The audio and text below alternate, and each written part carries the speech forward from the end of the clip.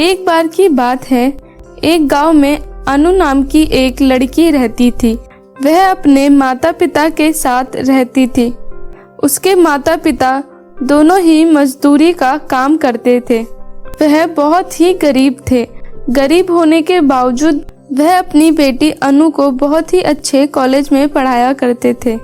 अनु भी बहुत मन लगाकर पढ़ाई किया करती थी और साथ ही वह माता रानी की भी भक्त थी।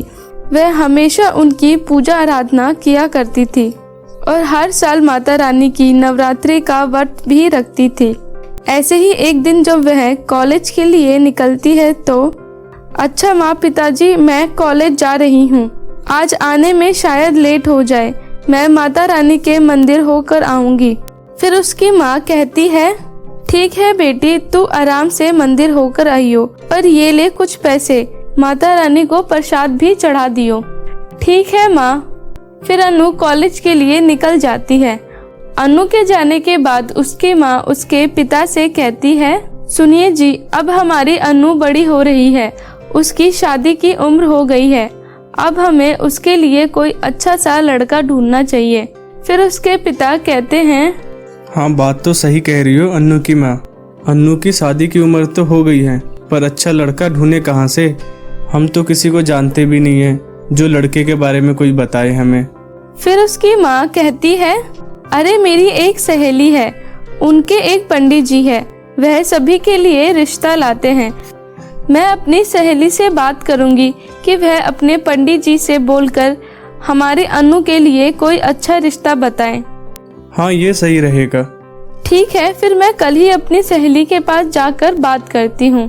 फिर अगले दिन अनु की माँ शारदा अपनी सहेली के घर जाती है और कहती है, सीमा, मैं अपनी बेटी के लिए रिश्ता ढूंढ रही हूँ। अब उसकी शादी की उम्र हो गई है। तुम क्या अपने पंडित जी से मेरी अनु के बारे में बात कर सकती हो? वो अनु के लिए शायद कोई अच्छा लड़का बता दे। फिर सीमा बोलती है, हाँ हाँ, क्यों नहीं, मैं आज ही शाम को जाकर उनसे तुम्हारी बेटी के बारे में बात करती हूँ। तुम बस अपनी बेटी की फोटो दे दो मुझे। फिर शारदा अपने घर चली जाती है और इसी तरह कुछ दिन बीत जाते हैं। और फिर एक दिन सीमा शारदा के घर आती है और कहती है, अरे शारदा, अब तो मुंह मीठा करा मेरा। शारदा सीमा की बातों को समझ नहीं पाती और उससे पूछती है, क्या मतलब? भला किस बात के लिए मुंह मीठा करवाऊं मैं, ये तो बता। फिर सीमा कहती है, अरे मैंने अनु के लिए एक बहुत ही अच्छा लड़का देखा है। परिवार भी बहुत अमीर है और लड़का विदेश में कमाता भी है। उन्हें तो हमारी अनु एक ही नजर में पसंद आ गई। वह लोग लड़की को देखना चाहते हैं। बता कब लेकर आऊं मैं लड़कों वालों को यहाँ? फिर शारदा कहती है, अरे सीमा बहन, तुमने तो ये बहुत ही अच्छी खबर सुना दी मुझे। ये खबर सुन के तो मेरा मन प्रसन्न हो गया। जब ये खबर अनु के पिता सुनेंगे तो वह भी बहुत खुश होंगे। फिर कुछ देर बैठकर दोनों बातें करती हैं और उसके बाद सीमा बोलती है, अच्छा शारदा बहन, अब मैं चलती हूँ, फिर कल आऊंगी मैं लड़के वालों को लेकर। फिर सीमा वहाँ से चली जाती है। फिर जब शाम को किशोर घर पर आता है तो शारदा बहुत खुश होकर उसे बोलती है, सुनिए जी, आपको पता है हमारी अनु के लिए एक बहुत ही बड़े घर से रिश्ता आया है। उन्हें हमारी अनु बहुत पसंद आ गई है। वह लोग कल ही हमारे घर अनु को देखने आने वाले हैं। फिर किशोर कहता है, अरे वाह शारदा, तुमने तो बहुत अच्छी खबर सुनाई है। चलो मैं बाजार जाके कल के लिए कुछ सामान ले आता हूँ। फिर किशोर बाजार के लिए निकल जाता है। तभी वहाँ अनु भी आ जाती है और अपनी माँ से कहती है, अरे माँ, ये पिताजी इतनी जल्दी जल्दी में कहाँ गए?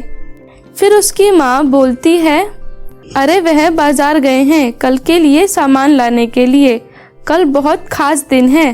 फिर अनु पूछती है, खास दिन? कल कोई त्योहार है क्या माँ? हाँ, ऐसा ही कुछ मान ले। हमारे लिए तो कल का दिन त्योहार से कम नहीं है।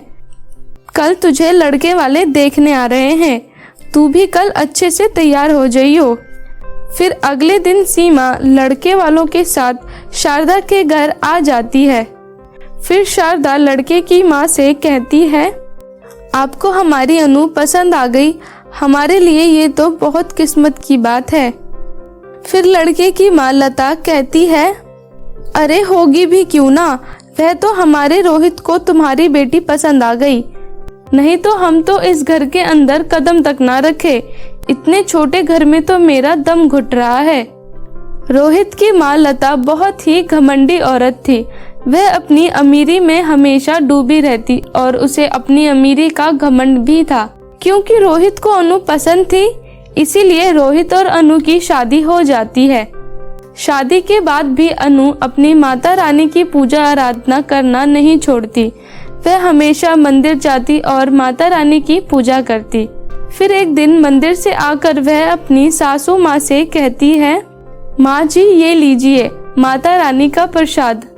फिर उसकी सास चिढ़ते हुए बोलती है, जब देखो तब मंदिर का बहाना बनाकर घूमने चली जाती है।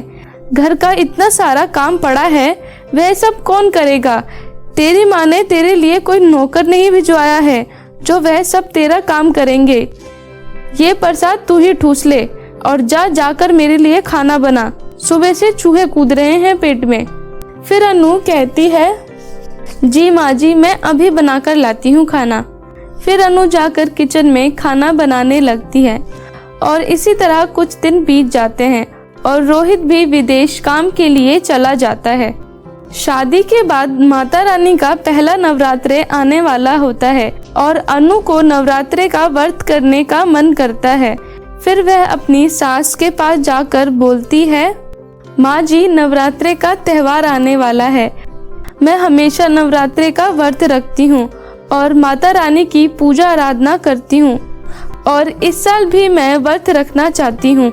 आप मुझे कुछ पैसे दे दो ताकि मैं पूजा के लिए कुछ सामान ले आऊं।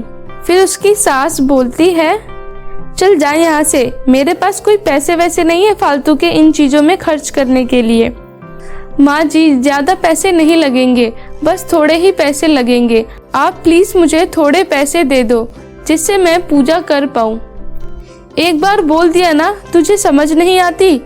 बोला ना मेरे पास पैसे नहीं है। तेरे माँ बाप ने तो दहेज में एक फूटी कौड़ी तक नहीं दी और तू है कि महारानियों की तरह खर्चे पे खर्चे किए जा रही है। अरे पैसे चाहिए तो जाकर अपने माँ बाप से मांग। अनु के बहुत विनती करने के बाद भी उसकी सास उसे 1 रुपया भी नहीं देती और वहाँ से चली जाती है। फिर अनु अपने माँ पापा के पास जाती है और उनसे मदद मांगती है। माँ और पिताजी, क्या आप दोनों मुझे कुछ दिनों के लिए पैसे उधार दे सकते हो?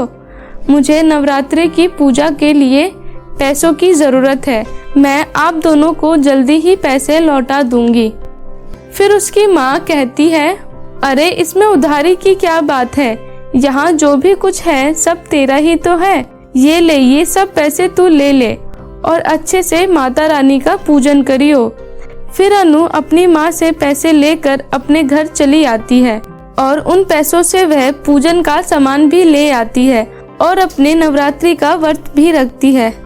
ऐसे ही एक दिन जब अनु अपना पूजा पाठ करके उठती है तो उसकी सास वहाँ आ जाती है और उससे कहती है, अरे बहू आज ना मैं बाजार जाकर चिकन ले आई हूँ, तू जा और मेरे लिए टेस्टी सा चिकन बना दियो। आज मेरा चिकन खाने का मन है, आज पेट भर के मैं चिकन खाऊंगी। फिर अनु कहती है, अरे माँ जी आप ये क्या बोल रही हो? आपको पता है ना इन दिनों नवरात्रे चल रहे हैं और इन दिनों में मेरा उपवास भी है और इन दिनों में तो लहसुन प्याज तक नहीं खाया जाता और आप हो कि चिकन लेकर आ गई हो और मेरे तो नवरात्रि के उपवास भी चल रहे हैं। आप ऐसा कीजिए, चिकन को वापस करवा दीजिए, मैं आपके लिए कुछ और बना दूंगी। फिर उसकी सास बोलती है, क्या अब मुझे मेरे ही घर में कुछ भी खाने की आज़ादी नहीं है? अब मुझे क्या खाना है वो सब भी मैं तुझसे ही पूछ के करूंगी। कामचोर कहीं की, तुझे चिकन नहीं बनाना पड़े इसीलिए ये सब बहाने बना रही है।